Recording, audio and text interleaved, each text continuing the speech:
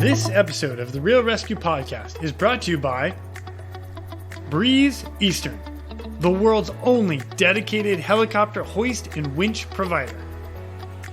SR3 Rescue Concepts, because you don't know what you don't know. And Life Saving Systems Corporation. We do our work so you can do yours. Tough gear for tough jobs. Breeze Eastern. They dedicate themselves to our helicopter rescue world. Since the very first helicopter rescue in November of 1945, Breeze Eastern has designed and manufactured superior rescue hoist solutions. While much of the technology and the unique mission requirements have changed over the past 75 years, their commitment to the rescuers, the operators, and those being rescued has not. Contact them today by visiting them at breeze-eastern.com. SR3 Rescue Concepts is a training company that can help with your helicopter training, a standardization and safety check, or maybe just an audit or an FAA refresher. They are here to bring your agency up to date with the most current techniques, rules, regulations, and equipment. The training staff is awesome. With the certified flight instructor pilots, experienced crew members, which I am happy to say that I am one of them, they offer training in rescue, medical, tactical, firefighting, ground operations, and night vision goggle use. SR3 is also partnered with Petzl to assist with personal protective equipment and the highly specific Lazard. SR3 also goes beyond the helicopter world as they provide high-angle rescue training and tactical medicine training. Contact them today at sr3rescueconcepts.com or over on Instagram at sr3_rescue. And Life Saving Systems Corporation. They manufacture the world's toughest helicopter rescue gear. From my favorite harness as a rescueman, the Triton harness, to the rescue baskets, the litters, and of course, the most popular hook in all helicopters, the D-Lock. The team at LSC will cut, bend, sew, weld, and machine these products into existence every day. We do our work so you can do yours. LSC. Tough gear for tough jobs. Check them out today at lifesavingsystems.com and follow them on Instagram at Rescue Gear. That's at ResQGEAR.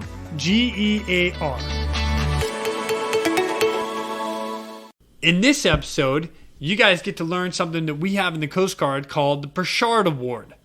The Pritchard Award was established in 1963 by parents and friends of the late Lieutenant Robert A. Pritchard. It's given to aircrew members for demonstrating exemplary performance and superior technical, aviation, professional, and leadership abilities.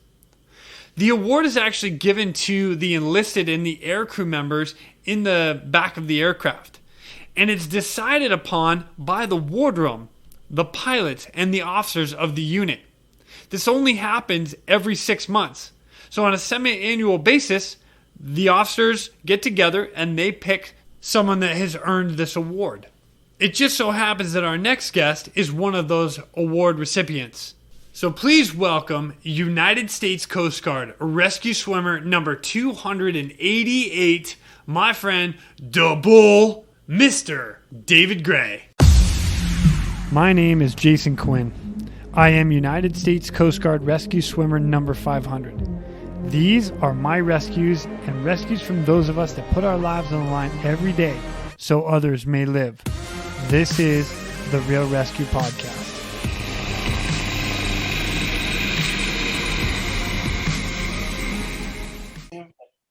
Do you have any questions before we get started? No. Go with it. All right. We're gonna. And I will tell you, you're recording, I hope. Yeah. You're the second interview I've ever done in my whole career. Because as you heard, episode 25, Alan Yates explained to you that, they get it wrong. And they misquote you all the time. So I never gave one. I gave one to Jody Hoffmaster when I was a young third class right out of A school, checking into Corpus Christi. And she came down to do interviews because we were just going operational. So I actually got there before we were operational. I mean, I was there when I was plank owner of Corpus Christi. I think we were one of the last units to go operational with rescue swimmers. Like Alan said, we could do every position, but they couldn't do ours. And he was right on, because we were flight mechs, we were drop masters in the Falcon. I mean, we did it all. We had to. You didn't have a choice.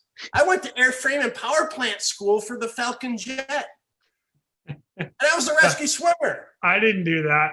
I mean, I check into E-City and they're like, well, you just graduated swimmer or ASM school. I'm like, yeah, well, no, I'm here for engine and power plant school because I'm a drop master in the HE-25.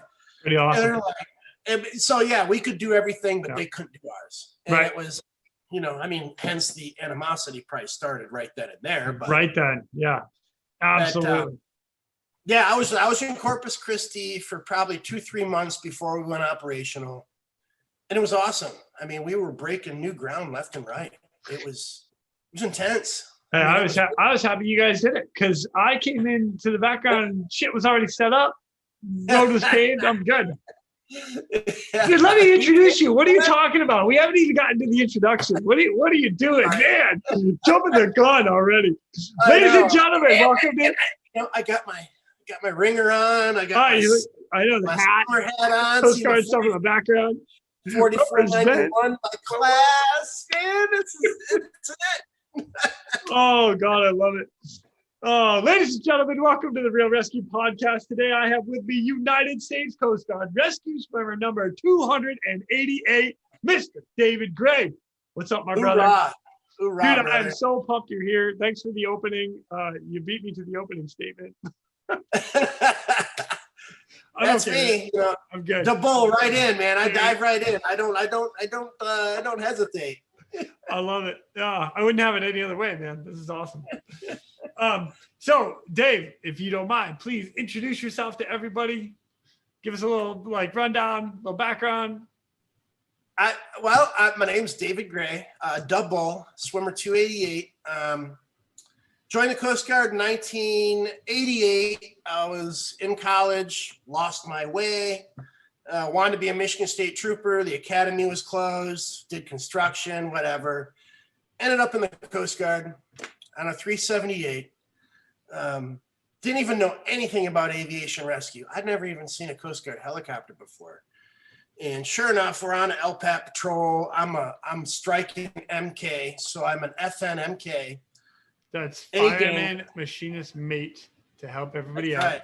Come in on. An A gang. I was in A gang, which is main proper, the main engines. A gang are the ones that run all the equipment around the ship. So I was an A ganger. We ran the helo deck. And sure enough, helicopter comes out of Kodiak. We're going to do my first LPAT. And that's when I got kind of introduced to aviation survivalman rating. Alan Yates was a flight mech / rescue swimmer on the helicopter that we took out on LPAT. And Episode 25, by the way.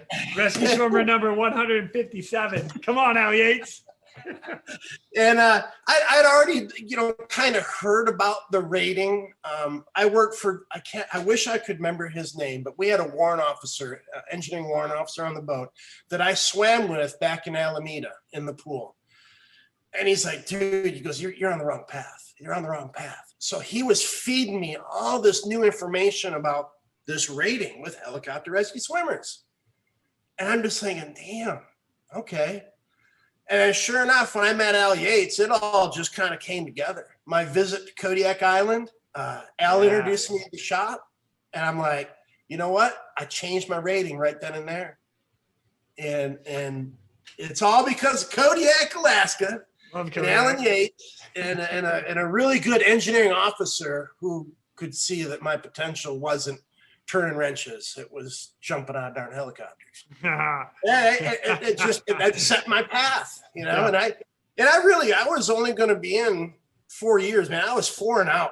I was 4 and out. I was not going to stick around. It was not in my plan. And, God, it's just amazing how life changes, Yeah. People don't understand the job that we did and how intoxicating it was. Yeah. regardless of how beat up we got. And I mean, I beat myself up. I mean, bad. I'm paying for it, but I have no regrets because it was such a fulfilling and honorable job that people don't, people like you stand next to in the grocery line. They look at you like, oh, that's a big dude.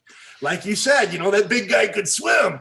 Well, man, if they knew how many rescues I did, it's amazing. And it was the quality of people we worked with that, I mean, it just changed the whole path. Yeah. And everybody that we worked with, just, God, we have such a good core group. And, this is one thing that's been really cool about not only this podcast, but what I've done outside of the Coast Guard, because everywhere I've gone, they have a unique or similar brotherhood and it's that connection of what you've gone through, the pararescues, the Navy SEALs. But us swimmers, man, there's something about us swimmers. Just, I love it. I'm 288 and we just went over 1,000 last year. Yeah. Maybe we're up to 125, 126. I'm not even sure the number, but when I tell people that, they see, because I have 288 on everything. That's kind of become your number. Yeah. I mean, you own it. No one has it. It's yours. Yeah, you own it. Yeah. And there's only one, and you are the only one. That's it. And people always ask, well, what's the significance of 288? I'm like, well, I'm rescue swimmer number 288, and there was 3 in my class, and we started 12. Yeah. They're like, whoa. Yeah. I said, no, there's classes that graduated 1. Yeah. Jeff Danner. Yeah. Class of 2, I mean, and then people, it gets their attention. They're like, well, wait a second. Tell me about it. And then you say, well, I went through in 1990, 91. The program started in 85, 86. And here it is, 2021. And we just graduated over 1,000. Yeah. And it blows people's mind. They're like, no way. That can't be right. I'm like, no, that's pretty much it.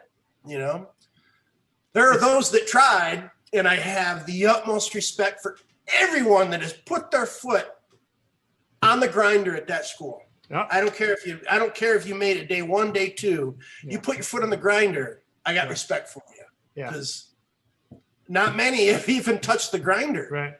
And not many want to. It's just, scary. It's mind-blowing. And I don't want to take away from anybody else but there are those that make excuses, and your excuse will just it'll derail you, and you don't have a chance. If you've already made the excuse, it's over. Yeah, you don't belong. Right. And a lot of people don't figure that out until week 2, 3, 4, month 1, whatever. Yeah. I have the utmost respect for everyone that has gone to that school, graduate or not. That aviation structural mechanics school really kicks your butt. That's for Alan. That's for Alan Yates right there. The guy that can't swim makes it through school. I'm going to be an ASM. Come on, Al. Oh, my gosh. That's one of my favorite parts about Al. Well, I didn't want to change now.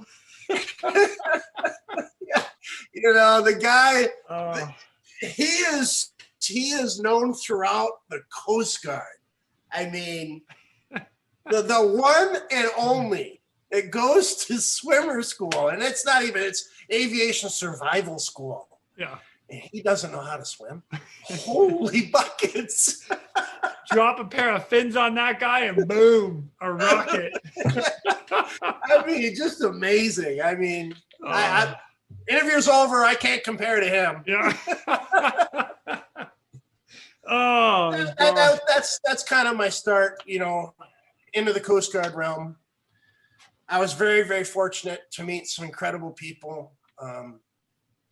Obviously read Super Tunks' story when I was right before I went to school. Bluebird. A lot of influential stuff. I mean, we were breaking ground left and right. Yeah.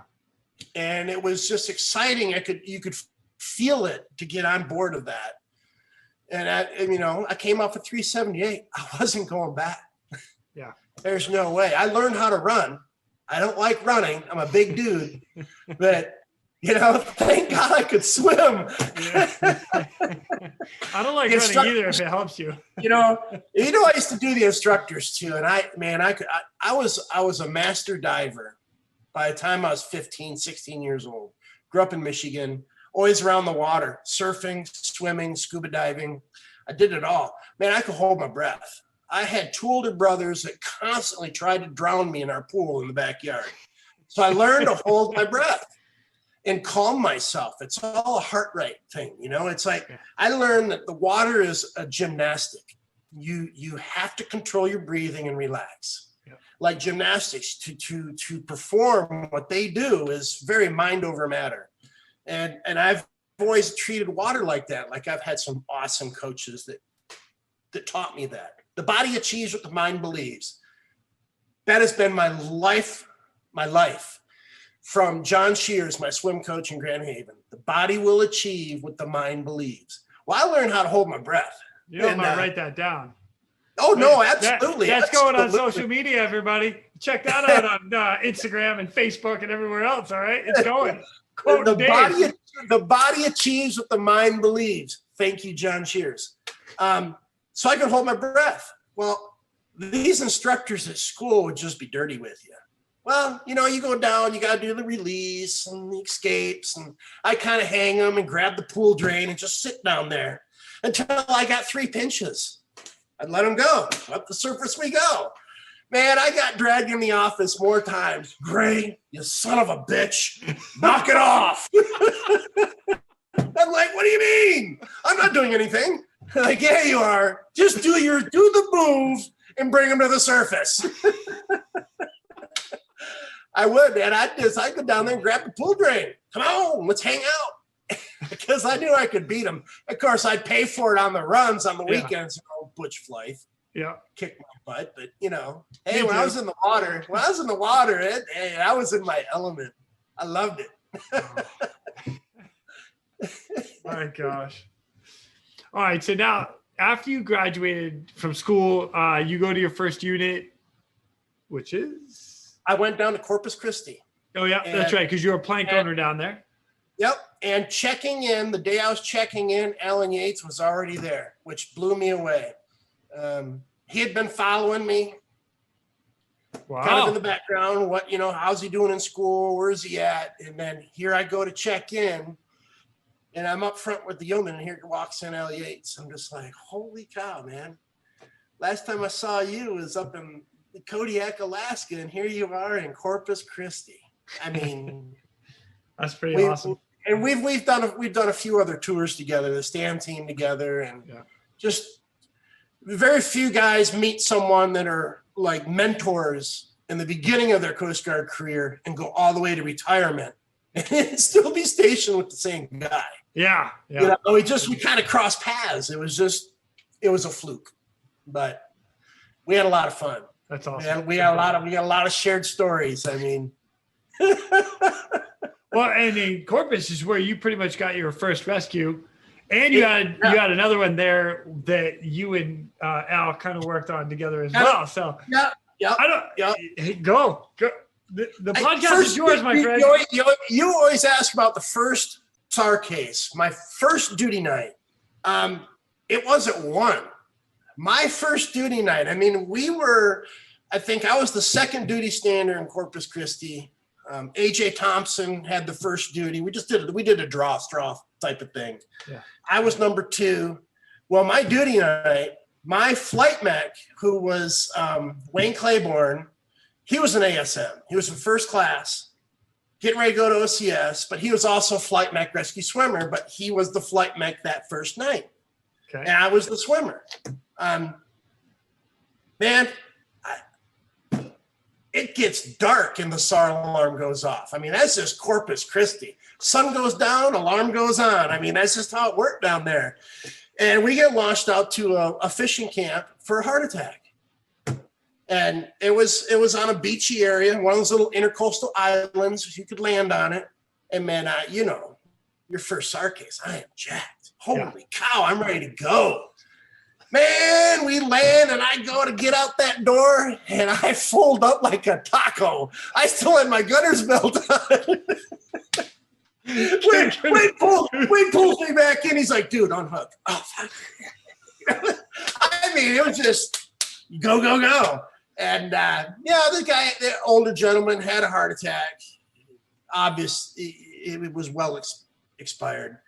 But we do CPR. We do everything we can. We do CPR all the way back into Corpus to the ER, working on the guy, get him delivered. I get back in the helo. We start going back to Corpus. They're like, hey, we're going to refuel, change out your gear. We're going again. All right.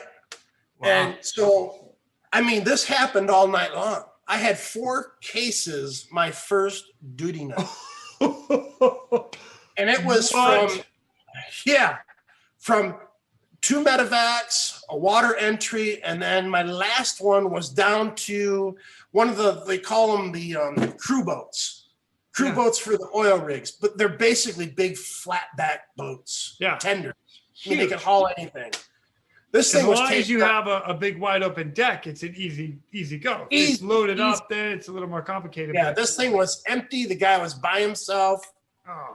He was taking on water, so he had it mashed. I mean, he's going to beach it. That's all he had in his mind. He's going to beach the damn thing.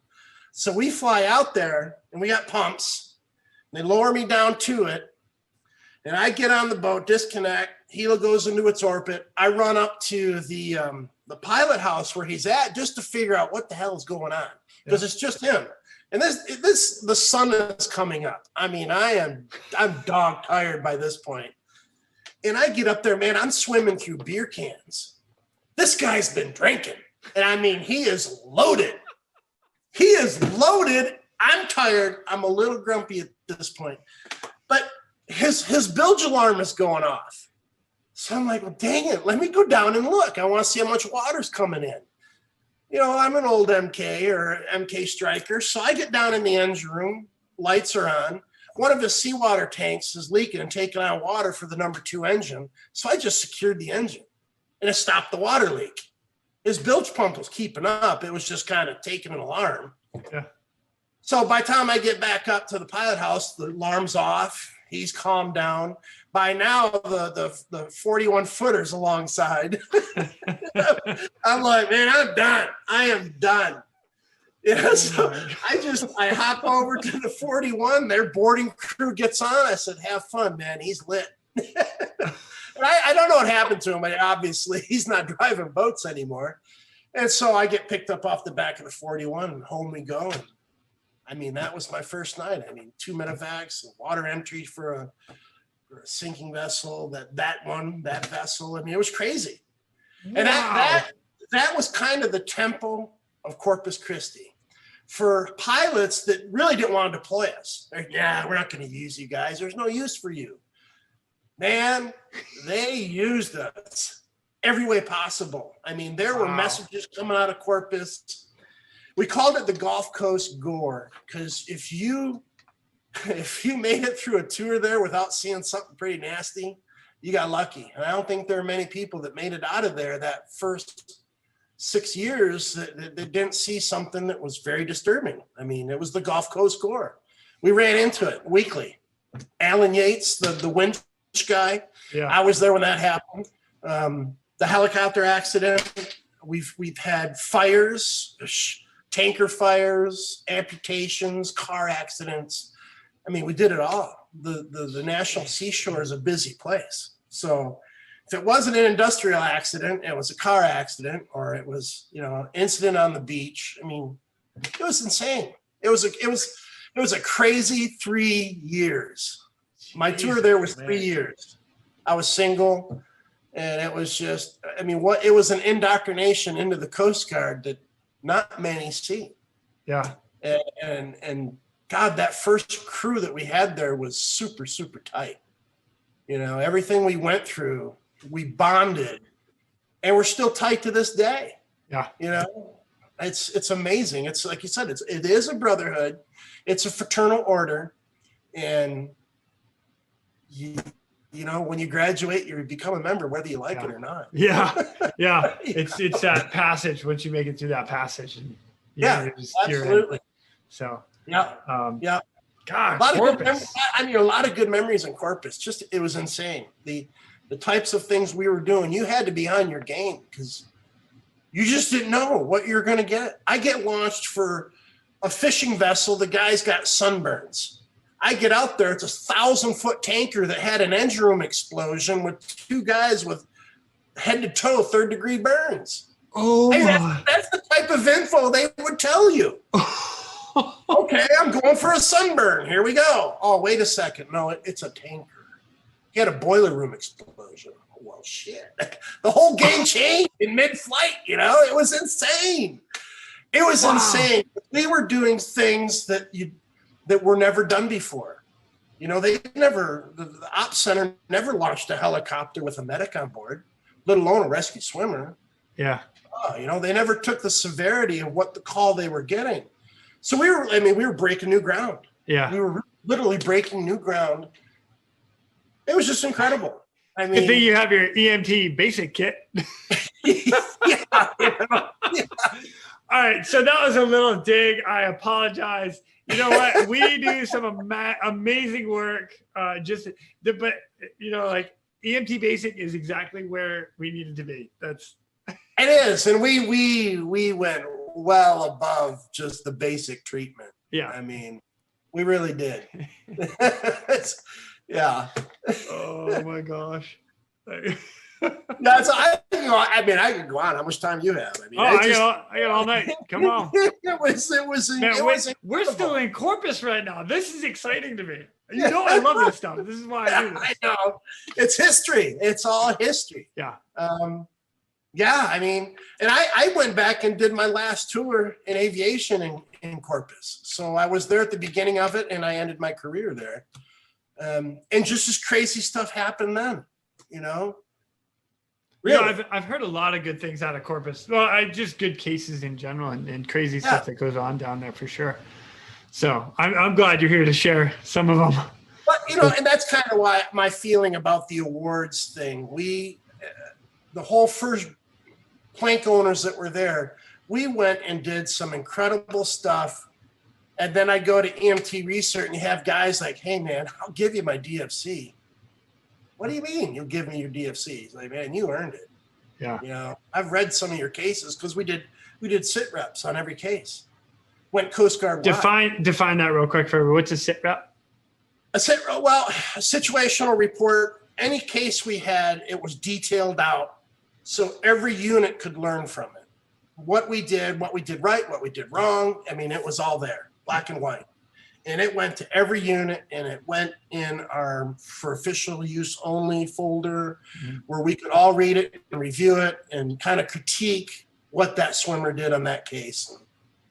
In all reality, that was there to help build the program and make it better constantly, because you had cases like the Bluebird up in Sitka, like stuff that happened out of Cape Cod, like out of Corpus Christi, and that was the only way that everybody could really get together and say, holy cow, this is what we're doing. Yeah, we need to. And this is why we're doing it. Right. This is why the Coast Guard has a rescue swimmer. We're basically proving to the Commandant, the Coast Guard itself, why we are in existence and why you need us. I mean, we were really opening new doors.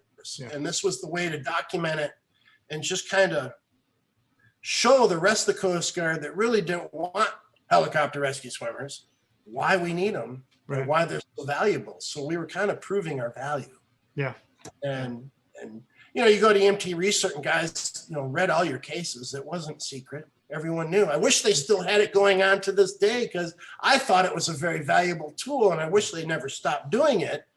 But, you know, I run into guys that are in the class ahead of me, Mike Fish. It's like, dude, I got a DFC for like half of what you've done. Yeah. And it just, you know, you're like, wow, okay. And it just, the medals never really became a thing to me. It was like, you know, Tunks put it perfectly. We're all going to go. Yep. You're going to go. Yep. You don't hesitate. You don't hesitate.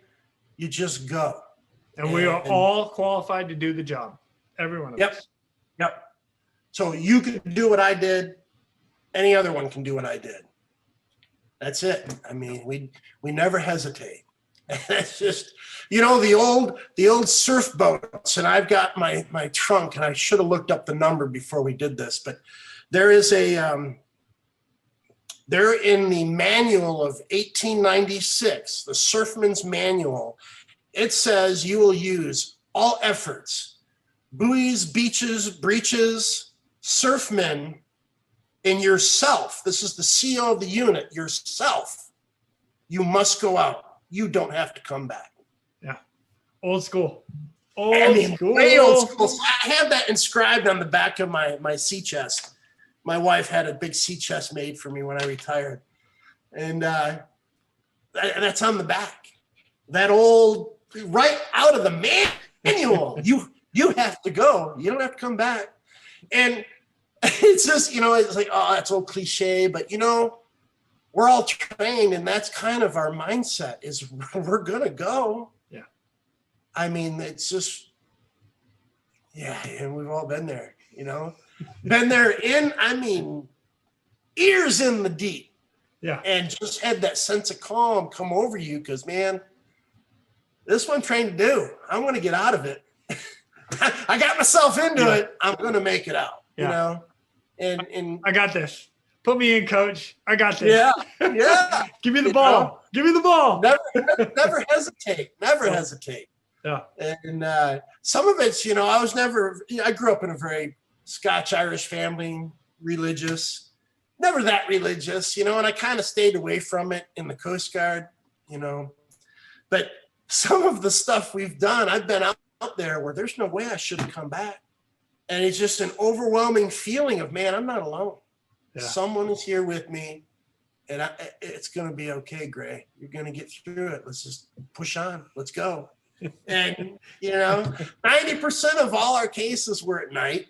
Heavy seas, a thunderstorm, rain going sideways, snow going sideways. I've been in all of it. And you just like at the end, you land and, all right, let me go change my gear out, get ready for the next one. You don't think anything of it. Here we go. Come on. It's hard to describe that to people, but that's really that's it in a nutshell. That's pretty good. That's really good. That's good. I like that a lot. My favorite saying that I like to say is, get out there, especially up in Alaska, I remember being so cold, come back, take a nice warm shower, do it again tomorrow. Yeah. I remember going up there. When I was on the Stan Team, I went up there and we were trying to recreate an accident that happened when they lost a life in a Gumby suit. I think it happened in Sitka, but they sent me up to Kodiak to train, put on the Gumby suit, get in the water, do the whole thing, and see what happened and why and how. I'm in Old Woman's Bay. It's slushing over, cold. I mean, I've already been in the water 45 minutes to an hour. Bobby Watson swims up to me. Here he comes, all smiles. Bobby's always smiling. Holds up a thermometer on his dry suit. Hey, man, it's 26 degrees in here. It's freezing. I can't feel my feet, my toes. I'm in a dry suit and a Gumby suit. I just look at Bobby and said, Bobby, get me the hell out of here. I'm done. Yeah, that's when we did the double lift and got me out of there. But it just, oh my gosh. We put ourselves in that. And I mean, Old Woman Bay, when it's slushing over, it's freezing. Salt water doesn't freeze until it's 26, 28 degrees in that range. Cold. And cold. Without still. But that whole bay would freeze over, and we'd end up having to do training out in the Sound and the open. Yeah. I know Kodiak. I went there on a 378, and then I went back there and played in the water when I was on the Stan Team. I loved it up there. That's awesome. Being from Michigan, all the guys on the Stan Team were like, "Hey, you like cold water? You go Traverse City, Detroit, Sitka, Kodiak." I'm like, when do I get to go to Puerto Rico? Yeah. Hawaii? Can I get a warm unit, please? Yeah, I got Puerto Rico once and I got Hawaii once. Hey. My old unit. I took my wife with me. We're gonna make a vacation out of this. But yeah, I love the Stan team. I mean, that was to me the biggest kick in the pants. I mean, so I actually want to talk about that a little bit later, because you've done so much in the Coast Guard while you were in. Again, one of the guys that really paved the way. But I want to touch on some of the awards thing that you just mentioned, because I totally agree with you with. And I heard it from Darren Reeves too, when he set me down. I'm like, oh man, you have some great awards. He's like, yeah, they're good, but I've had better cases that didn't get awards. We don't do this for the awards. I'm like, oh yeah, I get it. I will tell you right now, on record, yeah, I did not get it until after I made it through school. And then after my first day of duty, I was like, I get it. Yeah. When you have your first patient, or you're the first guy looks at you like, oh my God, thank you for being here. Thank you for coming to get me. Thank you. And it's like, oh yeah. Yeah. Okay. I get it. I got you. Darren, thank you. So I'm throwing a bone to Darren right now. At the same time, I've been talking to like different people around the world. The Finnish guys, they're not a big award guys. They're, hey, you did your job. Go finish. Come on. Finish border guard. So, yeah. But at the same time, there's recognition from the awards, and I'm really excited because I do want to read one of yours that you got, and that was for Hurricane Katrina. So if you're good with it, I'm good with it. And that was be right up with it. That was my last SAR case, and then I hurt myself, and that kind of ended the career. So Katrina was my last hoorah, and it was a big one. But it was my last one. I'd worn my body out by the time Katrina hit. And I mean, well, if you don't mind, I would like to read this, and then you kind of give us a little rundown about what happened that day, days.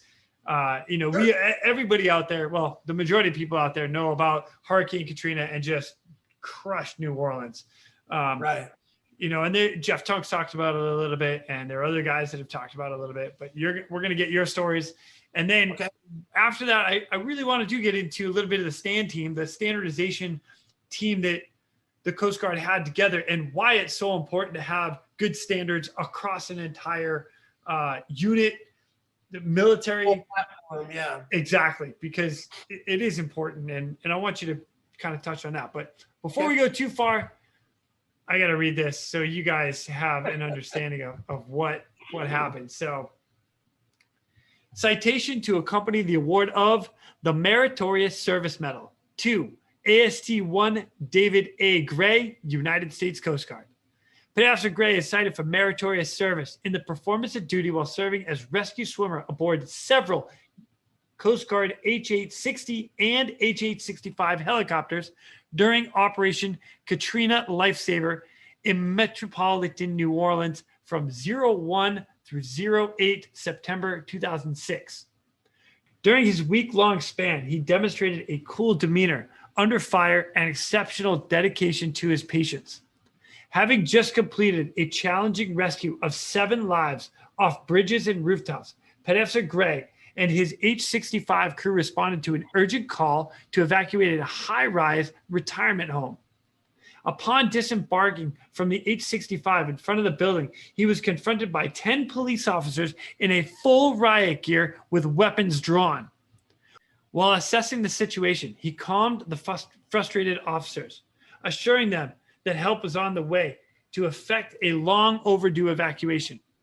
After placing 5 critical patients aboard the awaiting helicopter, rounds were fired from nearby at both the police officers and Petty Officer Gray, which promoted several officers to immediately begin pursuing a group of fleeing suspects. With little ground force protection, Petty Officer Gray instinctively assumed command of the remaining policemen. Sensing the situation urgency, he entered the retirement home, discovered 80 more patients needing evacuation, and swiftly relayed for the need of immediate heavy lift helicopter support, directing all remaining police officers and staff to assemble patients in the home's lobby. Then he established evacuation priorities. One by one, heavy lift helicopters landed and embarked bedridden and ambulatory patients, while ground and flight crews from every armed force operated as a team under Petty Officer Gray's expert direction. The very next evening, as a member of an H-60 crew, he effectively evacuated 40 more flood victims from a chaotic downtown convention center. Petty Officer Gray's heroic actions and daring while facing imminent personal danger were instrumental in saving the lives of 132 storm survivors. His dedication and devotion to duty are most heartily commending, in keeping with the highest traditions of the United States Coast Guard. David, what the heck? Dude, you're straight up getting shot at. You're in a war zone, and it's a rescue operation. What? Man, I want to tell you too, that morning, the morning of that rescue, we had a briefing on the hangar deck at Air Station New Orleans, and we were all informed under no circumstances stay behind. Stuff was getting a little hairy. Things were getting hairy, and they said, don't stay behind. And, when we landed, we got a call that there was, a few people that needed to get out of that retirement center, care center. And so we just answered the call and went to it and landed. And I got out, and we didn't realize severity of it till the helicopter left. I ran up, we loaded these patients in, it was filled. I'm a big guy and used to being left behind on the 65. The pilot asked me, he goes, are you okay? I'm like, well, look, there's all these police officers. I'm fine. I mean, as I'm walking around the front of the rotor and going to the police officers, I mean, you hear that crack. And I hunted my whole life. And, man, I know what that crack is. Yeah. Those are bullets coming by us. And the cops are running. The helicopter's already taken off. And I'm kind of standing there where the helicopter was, and all the police officers were up underneath the entrance to the building. I'm like, shit, I got to run. So I ran up there, and they're all pissed off because they'd been sitting there for over 24 hours waiting to evacuate this place. Holy and God. The reason the cops were there is because there was a significant amount of drugs in the building. It was like a nursing center. Yeah. And these gangbangers wanted the drugs, and they knew they were there. And they were just constantly under fire from these thugs in this neighborhood that wanted to get in and take the drugs. And I didn't realize that. So, I mean, literally, these cops, they're boogieing it down the road after them. I call the 65. I'm like, hey, man, we just took some shots at us. They just shot at the helicopter. Well, that went out. Everyone heard it. Oh, no way. Because I did it on a radio, so everyone heard it right away. And they're thinking, what the hell, after the fact, I talked to several of the guys. They're like, man, was that you? I'm like, yeah. Like, wow, we didn't know what to think. Taking shots. I'm like, yeah, these guys were shooting at us. It was crazy, And I put the call out back to the 65, and then, man, things kind of changed. I go in the lobby, and it's like you go in the lobby, and there's a dining room off to one side of the entrance, and it's full of people. I mean, people in beds, people on stretchers, just people that could make it out of this high rise downstairs to the lobby, waiting to get out of there. And I came back out, got on the radio again. I'm like, hey, we need a lot of helicopters to get in here and get these people out. We need more than just a 65. Yeah. So the next helicopter that landed was I think it was a Marine Corps Huey, 4-bladed. The big dual engine 4-bladed. What is it? A 401? So it'd be 412. If yeah, it's a 412. Huge, 412. Big one, the beefy one. Because I remember I had to get up on the skid to get in and talk to the guy in the door. Yeah. And he's like, what you got here? And I'm like, man, I got a building full of people. And I got people that aren't coming out of their rooms. And some are ambulatory, some are not. He goes, all right, we got them coming. And they took off. And they didn't take anybody with them? No, they just got out of the way. He got out of the way. He flew off, Oh. And I'm just like, well, that didn't help. The next thing to land was a Sea King. And 53. Nice. And this 53 came in, and the the lot across the street was empty. It flattened every tree on it. Wow. And he made a landing zone. They made 2 of them. They brought 2 of them in. And I mean, they just cleared out a whole area. And here's these 2 big Stallion 53s. Ramps come down. These Marine Corps guys come out like, what do we do? I'm like, here we go. Boom. Nice. Let's get these people out of here first. And man, it just started directing them. Boom, boom, boom, boom, boom. Wow. Coast Guard H-60s were landing. A couple 65s came in. Last one was a CH-53 came in and hit the ground. By then, we had the place pretty empty. But, I mean, there were people looking out the windows. They weren't going to leave. It was sad. I mean, we were kicking indoors. There was people deceased. We just left them. Some people had their doors so barricaded, they weren't coming out. I'm like, people, come on. You know, there's no power. We're going up dark stairways. And me and this one Marine Corps guy, I mean, we're literally trying to kick indoors and just get as many people downstairs and the hell out of there now. I mean, you got to go. It's just, you're not going to stay here. So I'm not sure how many people were left. I mean, there were obviously people in there that didn't want to leave. They were barricaded in. But me and this young Marine, I mean, we were kicking down doors and people deceased. You just moved on. Wow. We didn't grab them. We just kept going. Yeah. And everyone was gone. I'm out there. The 65 was coming back to pick me up. And that cop gave me a big hug. He's like, dude, amazing. Just amazing. He's like, you did it. He goes, not in my wildest dreams did I think one guy could get that many people here to get them out. He goes, I thought they're all dead for sure. And the next day we were flying, the night we did all those other rescues, we flew over that little center. It was burnt. I mean, it was gutted. Wow. They torched it. Those little gangbangers were burning everything. You know, they looted the place and burnt it to the ground. Wow. When we were there, the 101st Airborne guys were there assisting the MIST teams that were kind of forcefully going in and clearing out areas because it was nasty. It wasn't pleasant. They were calling it Little Mogadishu. Yeah. That'll give you kind of the tempo of the place. Yeah. I mean, it was bad. It was the worst I'd ever seen in humanity, and I'd been around the world. It was the worst I've ever seen in humanity. It was bad. Wow. You know, people don't realize how bad it was. It was bad. That's crazy. I mean, we were doing incredible things there. There were guys that were just, I mean, insane rescues. Chopping through roofs. Yeah. Literally, I was getting lowered to an overpass. It had about 4 or 5 people on it. And I'm looking down. It kind of looks like a serpent. You know, the highway coming out of the water, into the water, out of the water, into the water. And I'm in the door of the 65, and I was in a Charlie model. That's the first time I was ever in a Charlie. I loved it. The thing had so much power. Yeah. Because I was always leery about the darn Charlies, you know. Yeah. And 65 begin with. I'm a big guy. They called me 4 segments. You know, every time I got in it, they'd get 4 segments when they came into a hover. But literally looking down, it looked like a serpent. And there's a helicopter over every part where the highway came out of the water, picking people up.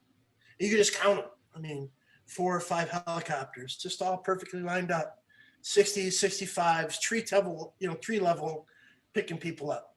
It was amazing. I mean, someone, I think Noodles, described it as the Super Bowl of SAR. Oh, it absolutely was. Nettles, you know, Senior Chief Nettles, I think now is the Master Chief. Right.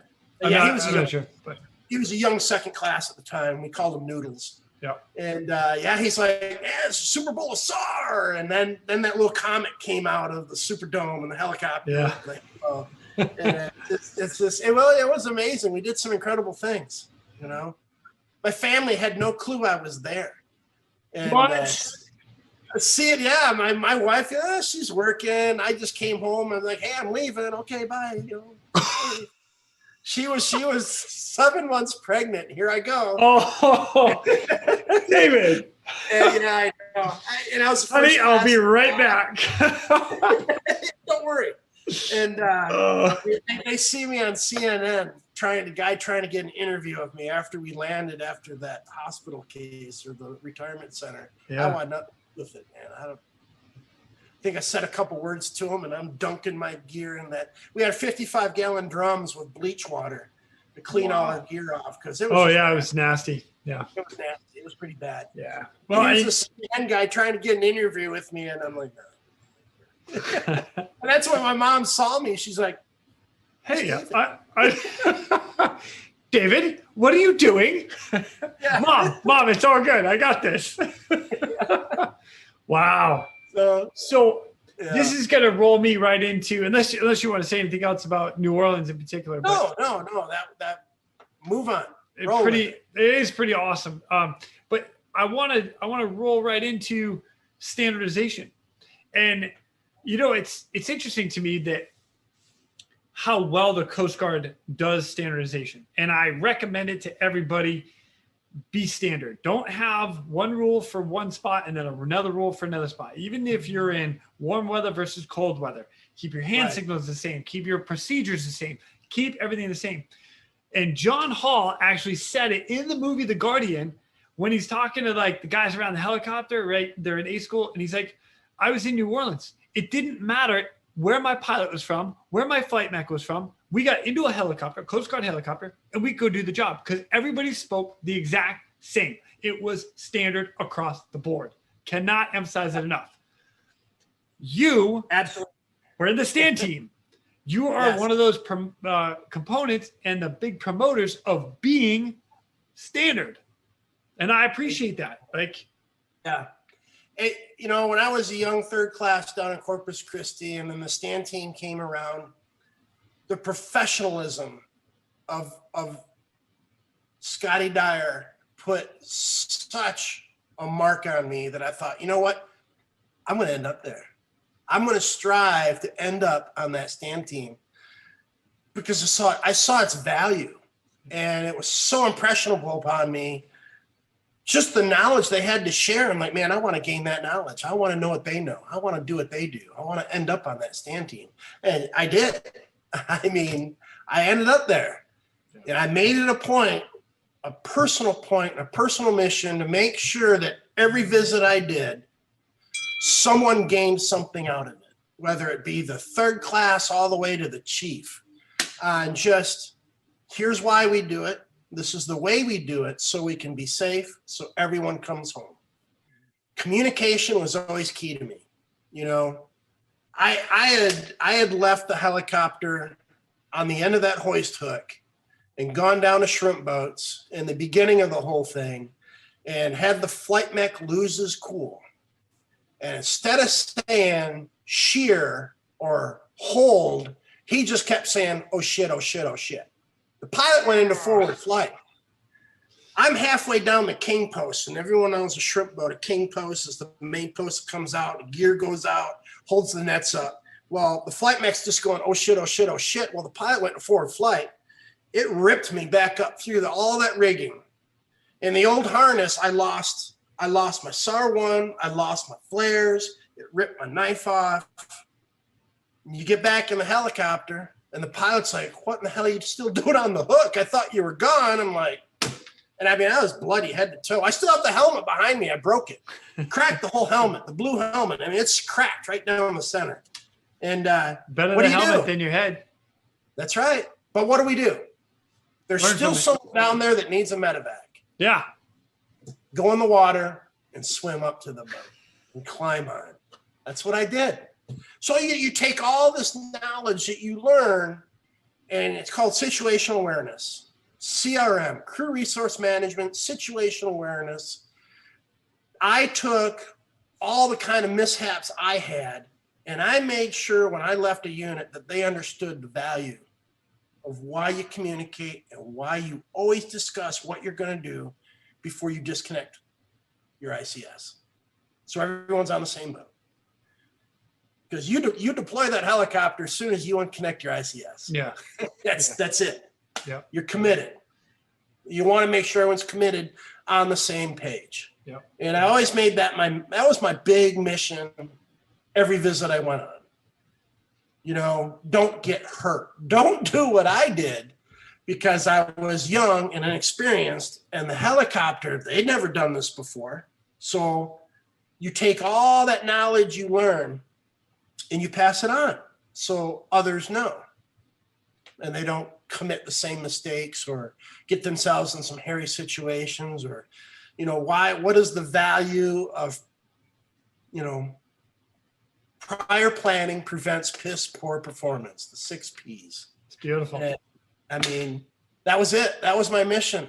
I was never a big PT god, but I was damn good in the pool. We know. That was David. That was my saving grace. I can't run worth a damn. That's why I was an outside linebacker. I could sprint to the quarterback. That was about it.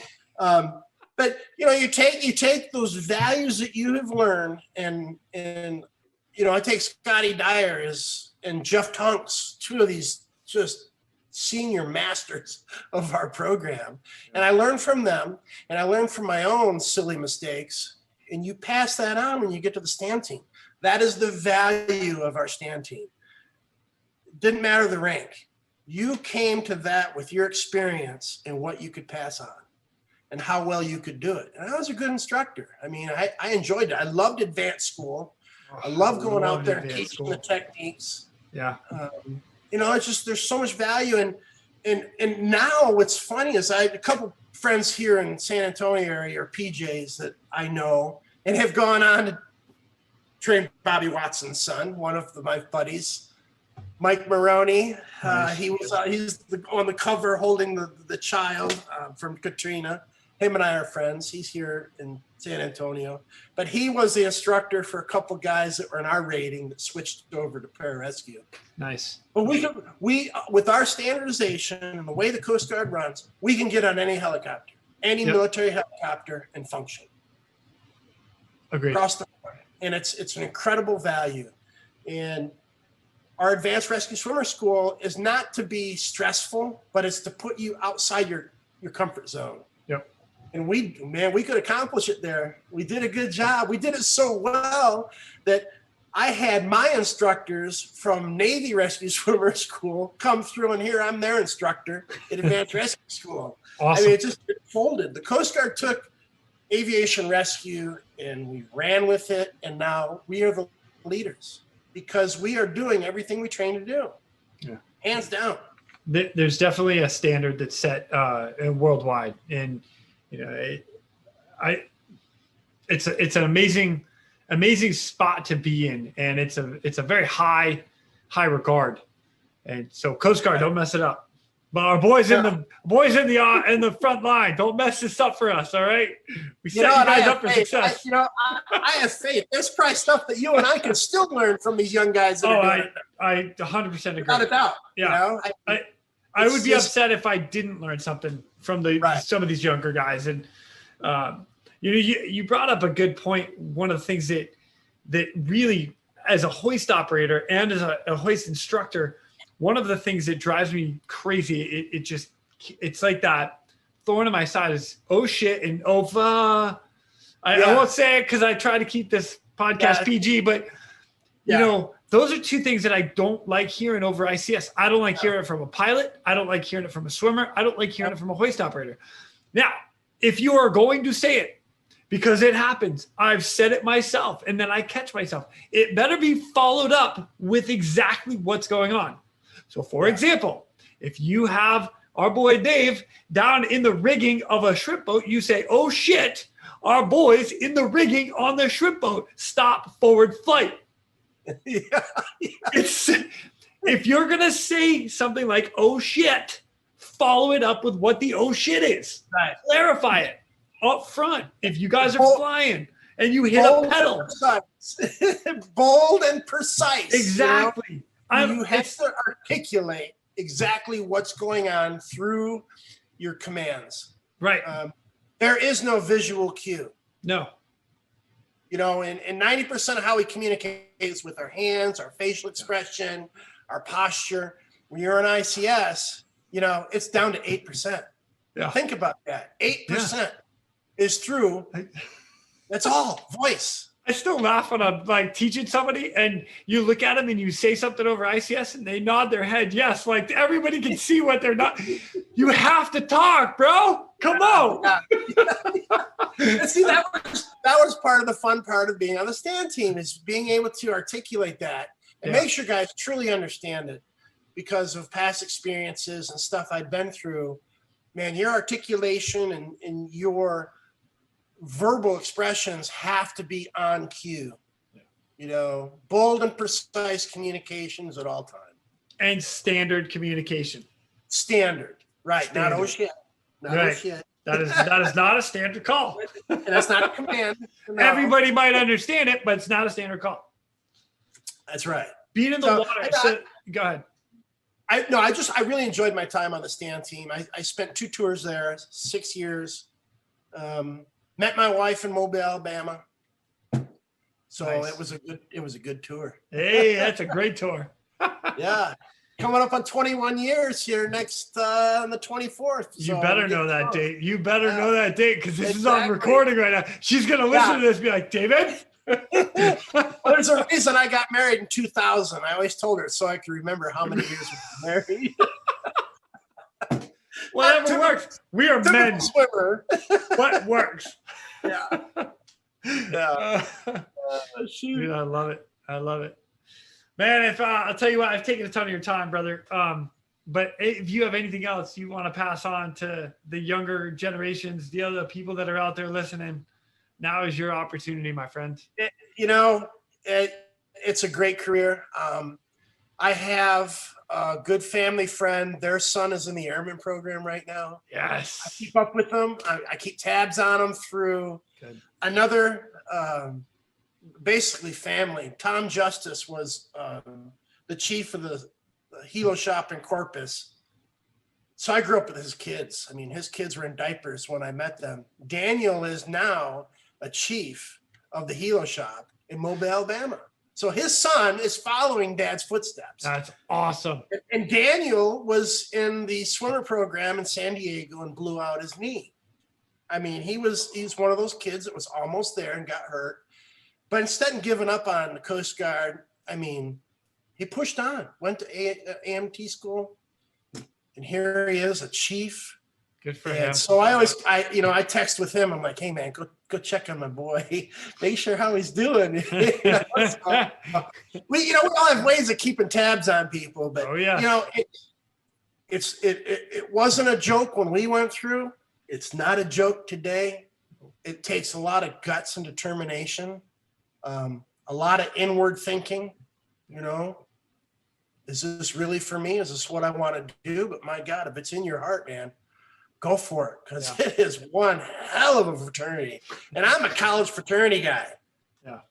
And my college fraternity, my dad was in it. My brothers were in the same fraternity. This fraternal order is insane. I mean, it's insane. Really is. Yeah. To honor the number, you just don't understand it until you get there. Nope. Hey, we're trying. I'm trying to relay this to everybody out there, and I hope that everybody's listening. Like I said, when you first messaged me wanting to interview me, I'm like, man, I don't do interviews. I told my wife too. She's like, come on, just do it.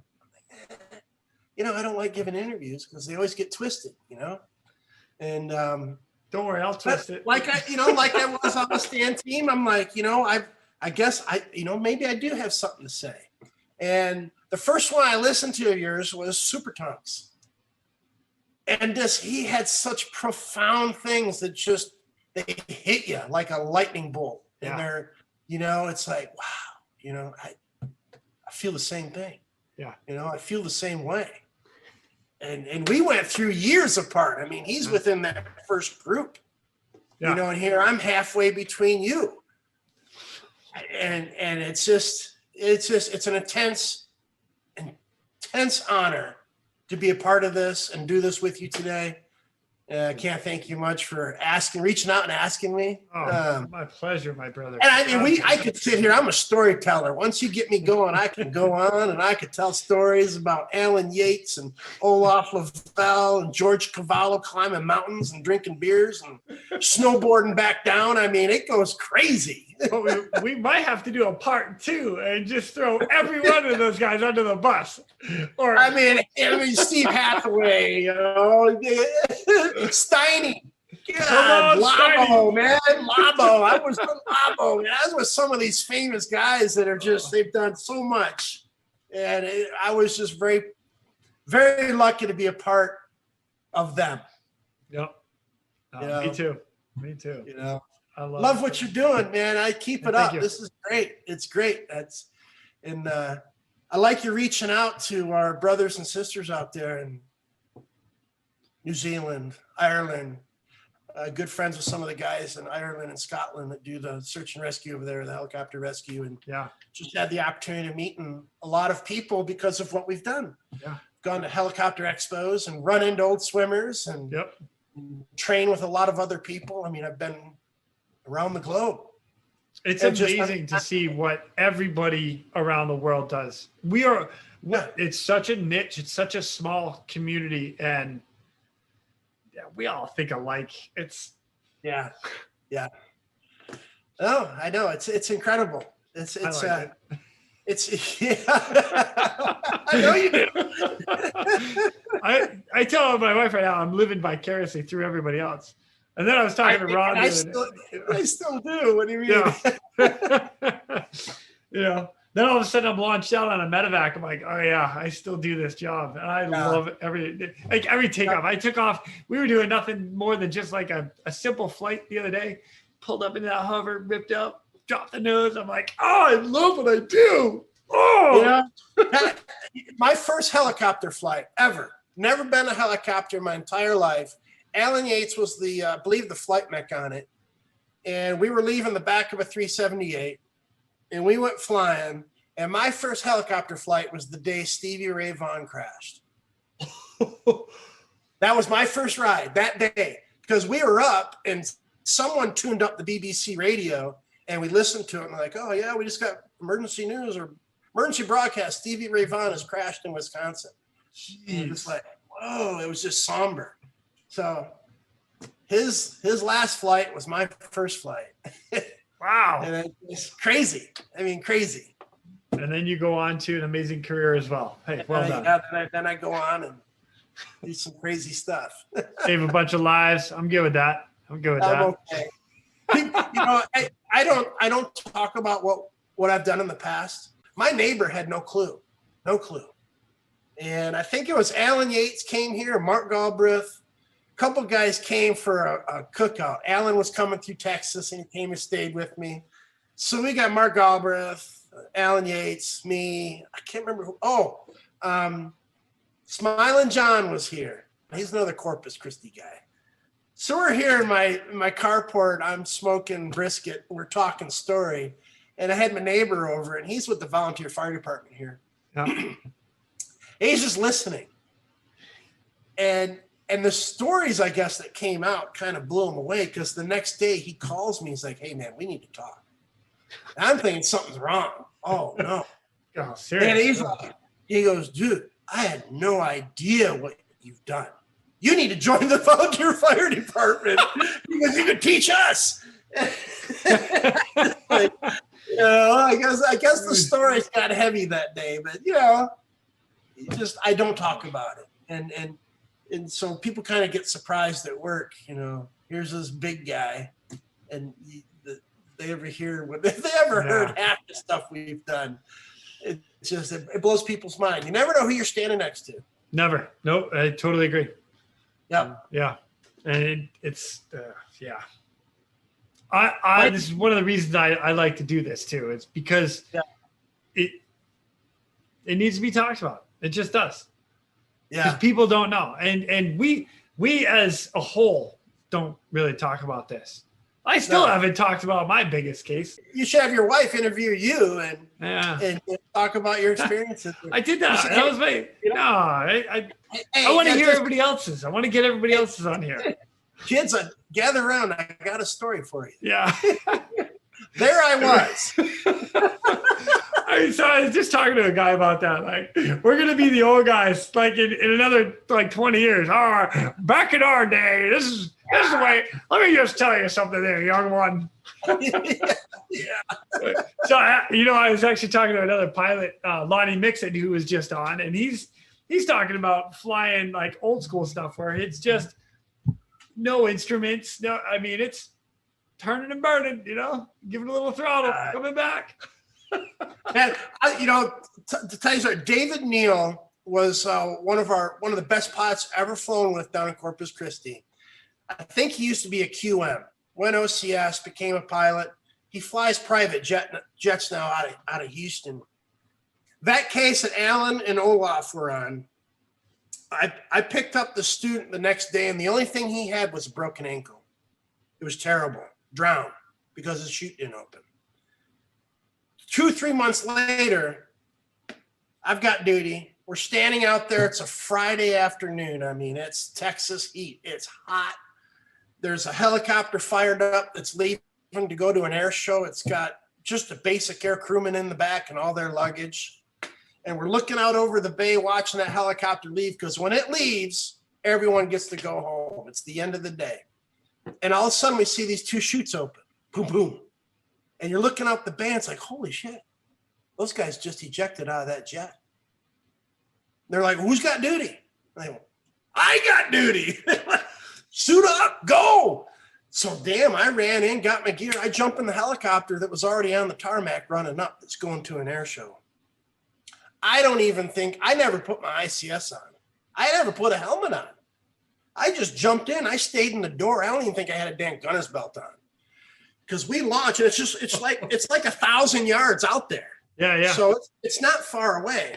So Dave Neal, and I can't remember who was sitting left seat, but Dave Neal was the pilot. Man, that guy could fly. He was good. Well, we got airborne. We're dumping fuel because the 65, is notoriously too heavy. And this was an A model, so it couldn't hover to save its ass. So he's dumping fuel out over the bay, and then he's got that thing flying. Here comes the Navy SAR and their Huey. Well, hell, we're not going to be outdone by damn Navy SAR. Sorry, Navy boys.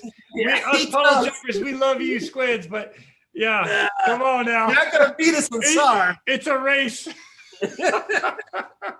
So he tells Danny Reeves was the flight mech, and he wasn't even a flight mech at the time. He's just going to an air show. They don't need a flight mech. They just need a mechanic. So he doesn't even know the commands. Swimmer ready, swimmer whatever, nothing. Yeah. And I'm in the door. I'm ready. I'm hanging on. He's dumping fuel. You smell the fuel. Well, Dave Neal comes ripping up to the second chute, and we're about 35 feet, 35 knots. He noses it up and tells Danny, get the swimmer ready. Well, I got 3 taps. What does a swimmer do on 3 taps? Oh, you jump? I jump. At 30 feet, at 30 knots? Yeah. He was trying to get my attention to get back in the helicopter. Well, shit, I'm already ready. I'm geared up, finned up. I'm still in the damn door. I'm going. Bro. I jump. As soon as I jump, I realize it because all I'm thinking about is that case of Olaf and Alan, and I'm looking at a chute. I don't see the pilot in his raft. All I see is the chute, and I'm stressing. Man, I'm already stressing because I don't want to deal with this damn decapitation crap. Yeah, that's all I'm thinking about. So I jump. Man, I'm gone. Dave Neal says he saw me go by the pilot door, the window door. He saw me. Whoop. He's like, shit, was that swimmer? Dave's like, yeah, he jumped. Man, all I remember is leaving, seeing the helicopter, seeing the water, seeing the helicopter, seeing the water, and I'm tumbling. And I just curled up in a ball, and I hit that water so damn hard. I lost my mask, I lost the fin. And I'm like, well, I came up. I'm like, well, shit, I'm breathing. I give the old hands up. I'm okay. And, he's still flying by. He didn't even stop. The damn helicopter has to do another go around to come back. Dude. So I swim up, and this guy sits up in the raft. And he's like, excuse it, but he's like, holy shit, that was awesome. He's like, oh my God. He's like, are you okay? I'm like, man, I'm okay. Are you okay? Because he was bleeding. He hit the canopy with his helmet. And so sure enough, I do a double lift, aviator lift with him, get him in the helicopter, and I put him back in all their luggage. We're soaking wet. And he's like, man, what do you want? I said, I want your name tag. So that's all I took. I took his name tag. You still have it. Yeah. Bill Shield, William T. Shield, Lieutenant JG, U.S. Navy, went on to become an FA-18 instructor pilot. Incredible guy. I tracked him down on LinkedIn, and I found him, and I said, hey, man, you probably don't remember me, but I'm that silly guy that came out of the helicopter and rescued your ass in Corpus Christi Bay. And, we've kept in touch. He flies for FedEx. That is awesome. Out of Maryland. So what? But I kept his name tag. I took it off of him. We landed at the NAS Corpus Christi Hospital, and I'm like, stay in the helicopter. And the ambulance is already lined up. So I run to the ambulance. I'm like, all right, here he is. He's in the back of the helicopter. And I turn around. There he is standing right next to me. I'm like, son of a bitch, you're not supposed to be walking. Because, head trauma. Yeah. He's standing right next to me, man. I get back to the hangar, and I'm changing. And the CEO of the NAS Corpus Christi walked into our shop ready to chew my ass. He was pissed that we let him walk out of the helicopter. And he goes to rip my ass, and our chief is sitting in his office. And he wasn't a swimmer chief. I mean, this is an old school ASM chief. Yeah. And all you hear is, get the hell out of my shop. Wow. To a captain, a full bird, get the hell out of my shop. Yeah, like you. He wasn't going to have it. Nope. It wasn't my fault, so don't rip my guy. Get the hell out of my shop. And he did. He told him, get the hell out of his shop, and the guy left. Never heard anything about it, ever. But I got his name tag. Yeah. So that was my helicopter story. If I could pass on to somebody, make sure your crew chief is qualified. You're in a proper hover, and the helicopter isn't moving. Oh my God. Okay. All right, just a quick funny one. You'll laugh at this. All right. We fly up north. When I was stationed Corpus, I'm a young third. Maybe I made second class by then. But a heart attack victim, he was fishing off of the pier by Port A, north side of Port A. So he's north side of the jetty. So we land on the beach. I get him packaged up in the litter. The guy came back. The pilot came back to idle. So we're at idle. I get him loaded into the helicopter. We launch. We're in forward flight. And I'm thinking, you know what? I don't want to stress the guy out. So I loosen his whole chest so he could kind of sit up. And we had just taken off. And he starts screaming. I mean, he's just screaming bloody murder. I'm thinking, what the hell did I do to him? I haven't touched him. I ain't put O2 on him yet. I'm trying to get him comfortable. And he points at the door. Well, I turn around and look, and all I see is a gunner's bell. You remember the doors on the 65 used to come flying off? Yeah. Well, the flight mech was closing the door. It came off the hinge, and he wasn't going to let the damn thing go because they cost so much. It pulled him out the door. And we're in forward flight. So all you see is a gunner's belt going out the door. Oh, my God. So I'm on ICS. I'm telling the pilot, hey, the mech's out the door. The mech's out the door. He kind of comes into a slow taxi, and I'm pulling the flight mech back into the helicopter. And I'm thinking that poor guy didn't die from a heart attack. He's okay. He's gonna make it. It scared the bejesus out of him. Hey, adjust your tether so you don't fall out of the helicopter. Just throwing that out there. Gunner's belt. It's my tip and trick for the day. Gunner's belt does work. Oh my God, that's funny. That's awesome. You know, if you can make humor of it. I mean, I've heard some crazy funny stories. Just like dog rescues. I've done dog rescues. I've been bitten. I mean, just insane. You know, I go out on this boat. This is the night before Thanksgiving, and I lived on base, just in Corpus, just moved back to Corpus.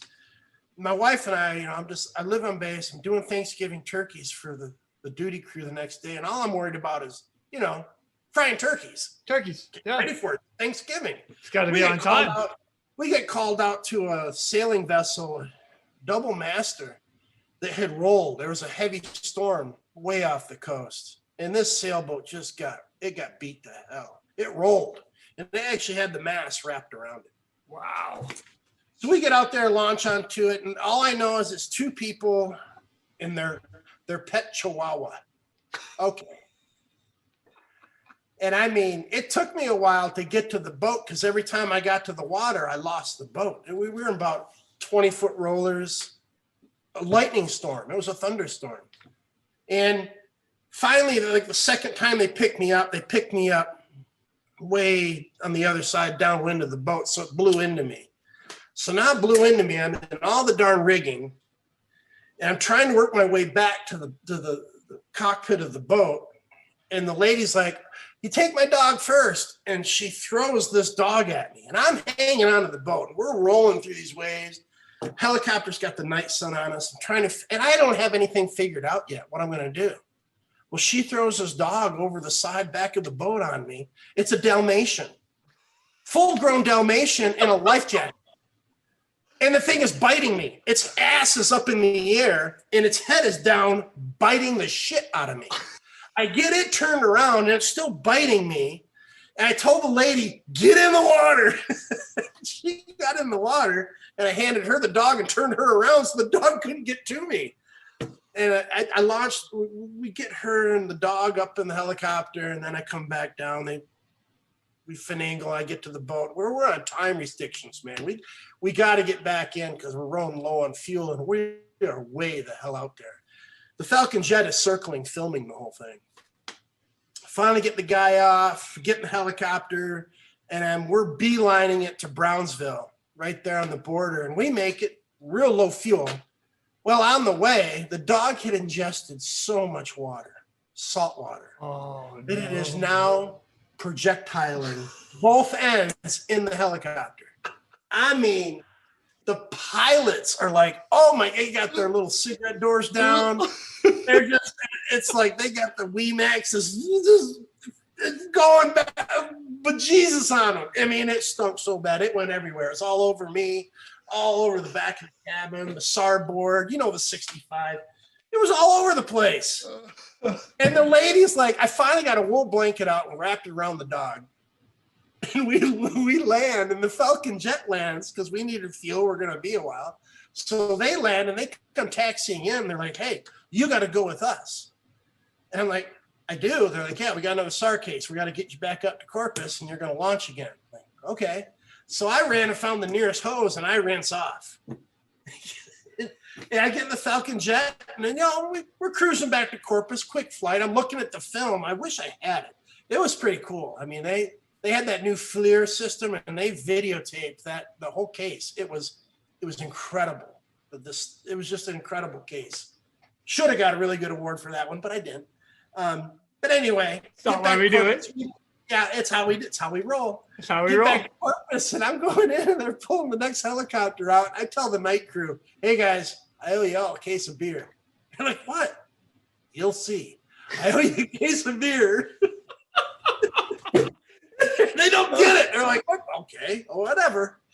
You know, because I think it was a Friday or something. Everyone's going to go on vacation. It's like, man, we're going to get the hell out of here. It's Thanksgiving. Hey, man, I launch out on another medevac. I come back, and they're like, "What the hell, Gray? There's dog shit on the ceiling."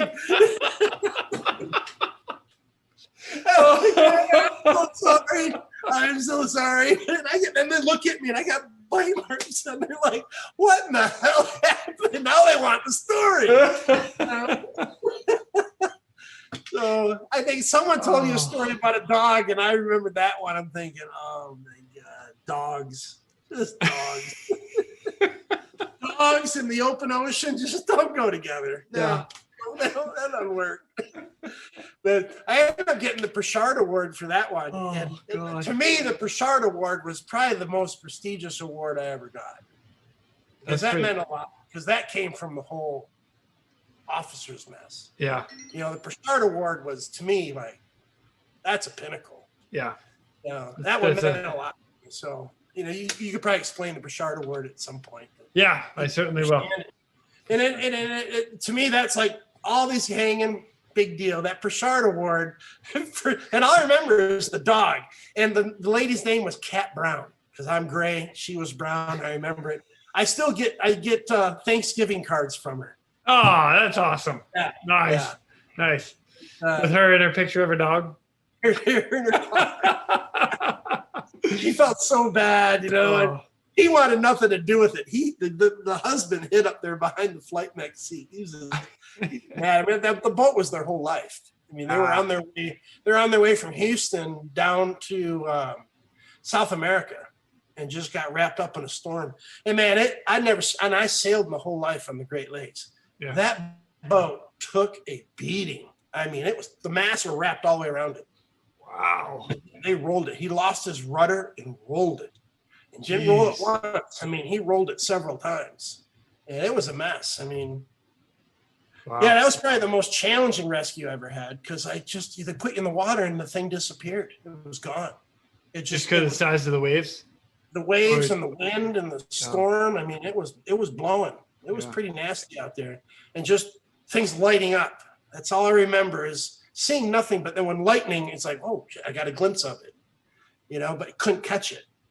And then just, you know, the bare hook. They were lowering me with the chem lights on it so I could hook up. And instead of bringing me all the way to the helicopter, which they should do, they didn't. They left me dangling off the water and air taxied and then dropped me again. By the time I get unhooked, the boat would be gone. And this went on. I mean, it beat the hell out of me. So were you tired by that. Were you in the SAR 1 or in a Triton? No, I was in the Triton. Oh, yeah. See, all right, so you making that, but you making that statement, I would prefer to just come out of the water, just air taxi over. I'm okay with that. Like, you don't have to. Yeah, they just couldn't. The flight mech, and he was young. He should have had them bring me around to the other side, so the boat would come to me. Yeah, he kept dropping me, thinking I could catch the boat. I could never catch it. Yeah, no. Just the waves. I mean, it was a big boat. It's 54, almost 60-foot sailing. You look at that mass and those waves. It was just walking away from me. I couldn't catch it. So they finally caught on. He's like, oh, shit, yeah, bring him to the other side. And they dropped me like a couple crests. And that thing actually just came right to me. Boom, grabbed it, worked my way down the side. But, I mean, it had rigging all over the place. That's what scared me the most, is getting caught in that rigging. That's why I went to the very back of it. So I got them all off the back. Yeah, it was that darn dog. Chihuahua. That was a Chihuahua, right? Yeah. Kind of like the sunburn case, you know, you're going out for a sunburn and no, 3rd-degree burns. Well, it's not really a sunburn. Yeah, it's a little different. Come on now. Oh my God, that is it. What a finale, ladies and gentlemen. Finale. That's all. I'm gonna cut it at that. There you go. Mr. David Gray, thank you for coming on to the Real ResQ podcast, my friend. Brother. Awesome, man. Love you, brother. Love you too, man. Keep doing the good stuff. You got it. Ladies and gentlemen, we are out of here.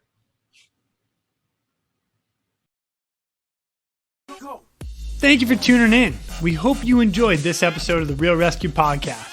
Please take a minute and, like my daughters like to tell me, like and subscribe. Oh yeah. I'm pulling chocks and taking off. But before I go, if anyone out there has a rescue story that they would be willing to share, I would be humbled and honored to have you as a guest. Or if you have any questions about any of the rescues or anything else that we talk about here on this podcast, send me an email, therealresq@gmail.com. That's TheRealResQ@gmail.com. You can also check us out on our Facebook and Instagram page at The Real Rescue. That's at TheRealResQ. I also want to give a special thank you to all of you staying on the watch today. Always remember that when that SAR alarm goes off, those in distress are praying for a miracle. They are going to get you. Until next time, fly safe and swim hard.